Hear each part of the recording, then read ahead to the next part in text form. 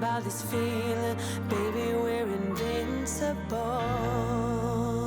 Hi guys, and welcome back to another episode of Rebuilding Notts County. As always, if you're enjoying the save, drop a like on the video, that'd be amazing. Now, we're on the page of Rhys Stewart. If there's any players you want me to specifically look at, I've just been focusing on the youngsters, but if there's anyone in particular you want to take a closer look at, let me know, and I'll pop them at the start of a video. But I thought we'd have a look at Rhys Stewart. He's done some time out on loan. Last year he went to Eastleigh and did okay. This year he's gone over to Torquay United in the National League and has actually done reasonably well. 7 goals for them and 1 assist. He's also got 1 in the buildup trophy, but that's not bad really from the left-sided player to score 7 goals in 19 matches, or 21 if you count the 2 substitute appearances. Is pretty damn solid for this guy. I mean, he's got good crossing, dribbling, finishing, first touch. The one area where he's not amazing is his composure, but there's a lot to like about this guy, and I do wonder if he's got a place in this team at some point. I just don't think he might not be quite at the right level for that, but there's a lot to like about Rhys Stewart, so it's nice to see him doing well. Stream highlights on the channel or not? Hopefully, yeah. It's just one of those things. If I can figure out a way to exclude copyrighted music from the recordings, then I will find a way to do that, because I want to be able to listen to good music on the streams, but also be able to just dump in like some stock music and stuff for the YouTube version so I can put it up too, basically, because I want to be able to enjoy doing it as well as be able to put it on YouTube, because I feel like it's good to have it on both. Either way, the VODs will still be on Twitch. So I didn't get notifications for this in the last episode. Turns out YouTube randomly unsubbed me for some reason. Oh, YouTube. And this is part of the reason why I don't want to stream on YouTube, because you can't put all your eggs in this basket because they're so unpredictable with some of the crap they pull constantly. It's a really bad platform in general. It's like I took a couple of days off and YouTube are like, well, looks like you won't be needing them subs anymore then, eh? The club vision thing is a bit too absolute. I was promoted to the Premier with Pompey and really struggled to find suitable players who would come to me. I put in bids for Fraser Forster and Willian. My vision stated signing not players over the age of 30, yeah. But still look good, so happy days. Then the board basically put pressure on me to cancel at least one deal and indicated my job was under threat after taking them from League One to the Premier League. Yeah. This is the thing. I think it needs to have a bit more nuance. At the moment, all it's basically looking at is, are you doing X? Or if you are doing X, why can you not continue doing X? And that's a problem, because to me, they shouldn't be putting these style, not all the time. Like, I understand you're going to get some crazy boards that are going to want some stuff. That's fine. That happens in real life too. There are some nuts boards. I mean, Glenn Tamplin could take over your club, for example, and, well, yeah. So there's that. But, on the other hand, you should, to me, you shouldn't be getting things like, oh, you have to play this style of football if you're a newly promoted side of the Premier League. No board in real life that's been promoted to the Premier League is going to care. Their main objective will be staying up. And I definitely think that they need to take a little look at that, because it's got potential save ruiner written all over it, and that's an annoying factor. Like, there's enough reasons why saves can be ruined by the board at random. If you get taken over, they can just sack you for no reason. You don't need more of those reasons, unfortunately. So that does suck. Notts County are 1-0 down in the UCL final at half-time. The boys sit down in the changing room. Blazer Lisic steps into the... Steps? He's South African now. Steps into the changing room. Everyone's quiet. Blaze stands still and says the following legendary words. Hold your gun. Capybara. Everyone jumps up in joy, and the boys end up winning 2-1. Hope this is a good prediction. By the way, the ideal opponent will be Norwich. Yes, to be honest, I would love to play Norwich. I can't wait to play Norwich again, just because reasons. Do you think that Meadow Lane now, you know how at Anfield, when they go down the steps, they've got that Welcome to Anfield sign that they'll tap? Do you reckon that we tap the Hold Your Gun Capybara sign on the way out of Meadow Lane? I'd like to believe that's the case. Anyway, we've had some big bids for players coming up to the end of the window. Derby, I think, have put a bid in of nearly £1 million for Paul Keeble, our backup goalkeeper, which suggests to me we definitely need to hang on to him. And not only that, the Ricky Griffith situation has got even more ridiculous. He has now signed a new contract, so it's all good, which is delightful. But Burnley put a bid of £2.9 million in for Ricky Griffiths. I think there's something there. There has to be something there. They wouldn't be bidding nearly £3 million for him if there wasn't something there. And that was without me negotiating. I think I could have gotten them up as high as £5 million for the lad. Obviously, I don't want to do that, but it's really, really strange. Our injury situation has been really, really poor recently, and some of the results we've been getting have just not quite been there. It's been a case of play well and just lose, and concede a lot of goals in the process. I've noticed a lot more one-on-ones have been going on lately, all of a sudden. Just like a flick of a switch, and all of a sudden a lot of one-on-one opportunities are just going in the back of the net. Don't know why. Really strange. So, we lost 6-0 against Watford. Like, we were not good on the night. The red card for Ricky Griffiths, and he's been banned for 3 games for that as well, was appalling. Ismail Assar, I mean, we considered a penalty in the opening minutes of the game. They were then 2-0 up, and then the floodgates just opened after that. They were decent, don't get me wrong. I think 6-0 might be a bit harsh. They actually only created 3 actual chances in the match. It actually baffled me that they're only clear-cut chance was the penalty. So things were just going in. They had 2 screamers and a long shot from a free kick as well. But hey, we had that 7-2 against Millwall, so it kind of balances out, I suppose. Mika Dehaney also broke his wrist in this game, so he's been missing ever since then too. This was the last thing we needed, as it then led into a 2-0 defeat at home against Brentford. Really frustrating. They were 2-0 down from 2 headers from Sergio Canos. And yeah, frustrating one again. I think we were solid, created a ton of chances in this match, good key passes. They were down to 10 men after 25 minutes, and still we couldn't score a goal. We really have just looked lifeless recently, and it's like the arse just dropped out of us. Ever since that Birmingham game, really. We've just not been able to cope, and particularly after the Huddersfield game, we've just been defeat after defeat after defeat. And this is about the biggest swing of morale and form I've ever seen, even on this save, where we went, I think, 12 games unbeaten, lose 1 match, and now this was the 4th in a row. Now, obviously, there's some good opponents in here, but we played well against Brentford. Thankfully, though, we were able to stop the rot after, it would have been 5 consecutive league defeats, but we beat Southampton 2-1. This was, I think we were still a bit fortunate in some ways. We scored 2 counter-attacking goals in the opening 5 minutes of the match, both one-on-ones. Ian Saunders put us in front from a ridiculously tight angle, and then Niall McPhee made it 2-0 after just 5 minutes. Regan Booty was sensational on the night, which was great. Then they got one back through Openda, again, a one-on-one opportunity. All 3 goals, one-on-ones, goals, weird.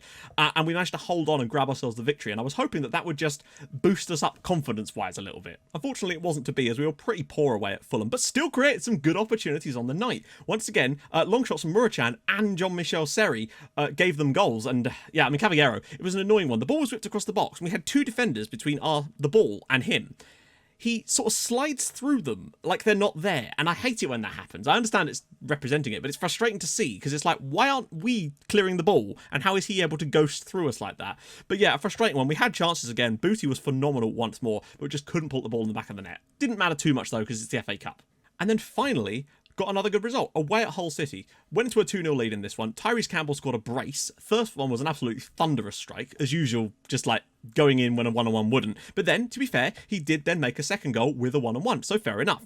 And then things just kind of went from there. It wasn't like we were playing spectacularly well in this game, but suddenly found ourselves in a 4-0 lead. Regan Booty scored a header. Then Ian Saunders added a 4th goal. And then all of a sudden, Hull just blew out us towards the last stages of the game. Keane Lewis Potter scored an annoying goal where the ball was lumped long. We have 2 defenders there, and instead of just winning an easy ball, they just back off and back off and back off, let him pick it up, and he runs through and scores. Scott Fraser grabbed one more for them, but then luckily, Mamikon Oz scored in the 94th minute to make it 5-2 and grab his first ever goal for the club, which was nice. Burton was sensational in this match as well. Regan Booty came off early when we were winning comfortably because I needed to rest him. Weirdly, in this game, 4 of the goals were those ones where a really weak shot is saved by the goalkeeper, but it still goes in. Ian Saunders' one was particularly galling, where it was a ball whipped out towards him, nearly on the edge of the box. He heads it back across goal, straight at the goalkeeper, and it just sort of trickles in. Frustrating to see them go in so often, but there you go, a 5-2 victory. But unfortunately, we could not replicate that away at Cardiff. This one started off well when Curtis Jones gave us the lead, and I thought, brilliant. Cardiff are struggling, we're doing fine. And we kind of held on quite nicely there, but in the second half, they just found something. Bobby Dick had overread on the 73rd minute before Robert Glatzel made it 2-1 to Cardiff. A poor result for us, really, when we were just starting to find some form. We'd grabbed back-to-back wins in the league, and we're looking a lot more like it. And then to go and lose to a relegation-threatened side, poor. And all of that leaves us now 7th in the league. We have now lost out of the playoffs due to some of those terrifically horrendous results.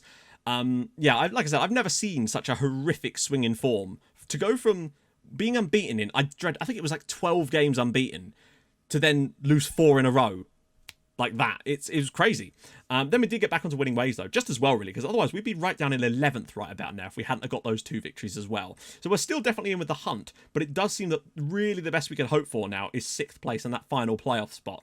And to be fair, that would still be a hell of a good season for us, but it's just frustrating when I've seen what we're capable of, and I think generally speaking, the injuries to Ron Coates, there was injuries to Dehaney, suspensions left, right and centre, injuries, fixture congestion. We just didn't quite have what it takes. I did rest Booty for the last game, though, so we should be fresh for today's one. And we don't, because I just saw the dip starting to happen and wanted to make sure that he'd be able to get the best out of himself. Because it's not going to be easy today against Middlesbrough, but it's a game that we should be winning. And if we do, maybe it'll start to put us on the right track, because it will suddenly be 3 wins out of 4, and things start to look a bit more rosy at that point. But today it's Middlesbrough. Leeds host Derby. Tough for them, but also tough for us. Leeds, I think, are our main rivals, really, now. Although Barnsley have pulled up a lot of ground on us, as have a lot of teams around us.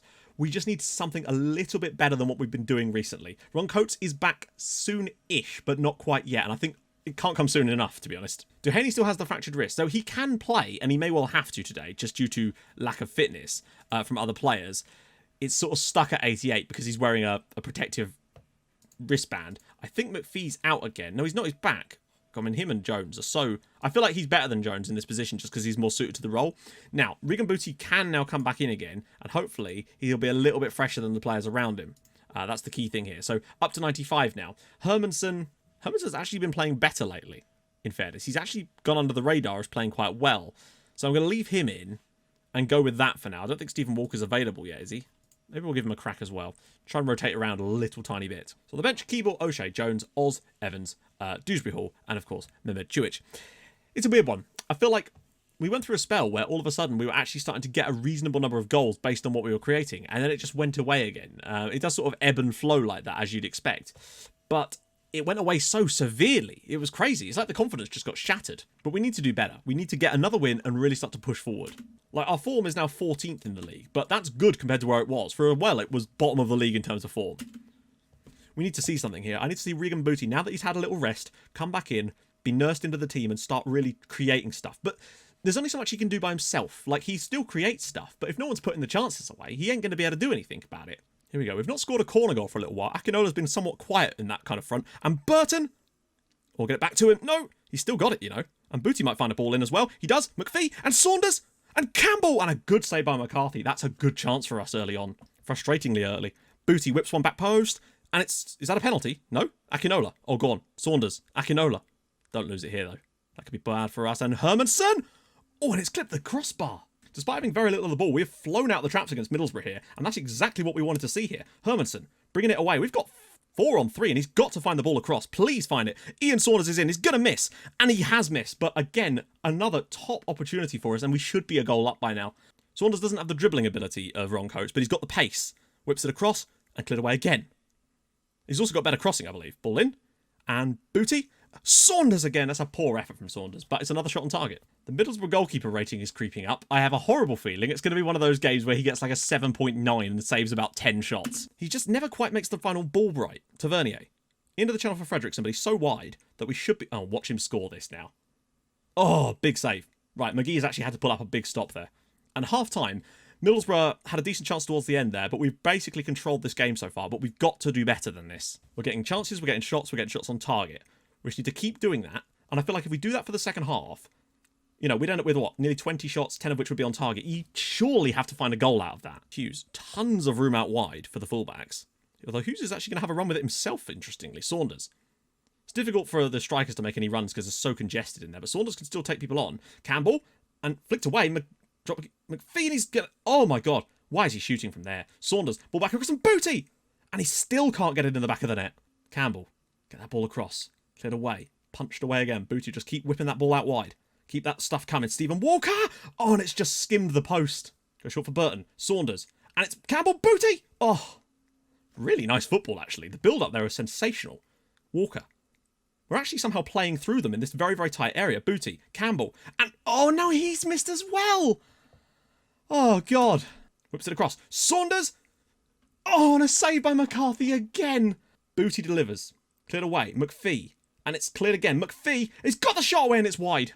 I just can't believe that we've not managed to find the net yet. Saunders again. Out for Dehaney. The chances have been there. And again, he's found the ball in a good position and it's cleared. But the pressure is continuing to come on them because they've just got no outlet at the moment. Dewsbury Hall. Booty. Jones. Curtis Jones. And it's another... That's a relatively comfortable one for McCarthy. What's he thinking here? Just keeps on driving. Back post and Jones. Saved by McCarthy at the far post. It just feels like one of those games that you're just not going to win. Yeah, we've had a lot of that recently, but we've got to keep on pushing. I don't want to push it to attacking just yet because I just have a horrible feeling if we do, you know what will happen. And Campbell! And it's blocked again! Come on, I can't believe that this game is 0-0. But sometimes it just will... You just cannot score sometimes. Dehaney, and we've kind of had that problem recently quite a bit. This is a game we have to be winning, and it's just not happened for us. Dehaney. Saunders. Booty! No! Are you shitting me? Yeah, I don't know. Sometimes you can see it happening earlier in the match. Booty with a chance there again, and keeper somehow pulled out another incredible stop, and it's clear to the back post. Akinola's still got it, though. Turn back inside. Find someone. Jones. Oh, pull it back for someone, and Oz! Dewsbury! Oh, no! And somehow, we've not scored a goal in this match. Ironically, Middlesbrough actually probably had the best chance of the game, but we should be winning this game. That's a really bad result for us, and it's pushed us now 3 points behind Leeds United, and our goal difference is worse. We really needed to stay in touch with them and Saints. But it just was not to be on the night there, and this is the problem we're facing at the moment. We just, the chances are there so often. Turns out it was a 14-match unbeaten run. We went 14 games unbeaten, lose 1 game, and then you lose the next. We actually lost 5 in a row after that. Crazy. We did finally get it back again, but I think we're okay. We just need to sort of stabilise a little bit. As for the next episode, I kind of want to do something. What have we got that's left here? Because it's a bit of a weird one. We've got to have a load of big games coming up towards the end of the season, it would appear. I feel like Derby, Huddersfield, double live com. Why the hell not? Because then we can do Leeds and Stoke coming up after that, a bit bigger games. Just to sort of freshen things up a little bit. A couple of away games in there, but then a couple of home games in live comms might finally get us back onto winning ways. Hopefully Ron Coates will be back, start to fire a bit fresh again. But the fact is, we're still 7th in the Championship in our first season in the division, and had a 14-game unbeaten. So, it's not the end of the world really, is it? But it is frustrating when you have games like that and you just cannot seem to score to save your life. But regardless, if you've enjoyed this episode, drop a like on the video, that would be amazing. And if you're new to the channel, subscribe, that'd be gorgeous as well. And of course, as always, hold your gun, capybara. Thank you so much for watching. Bye-bye.